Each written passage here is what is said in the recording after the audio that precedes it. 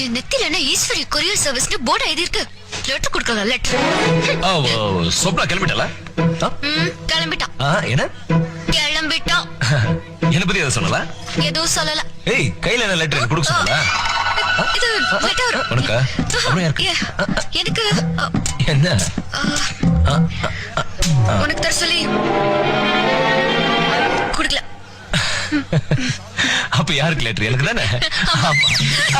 இல்ல அப்போ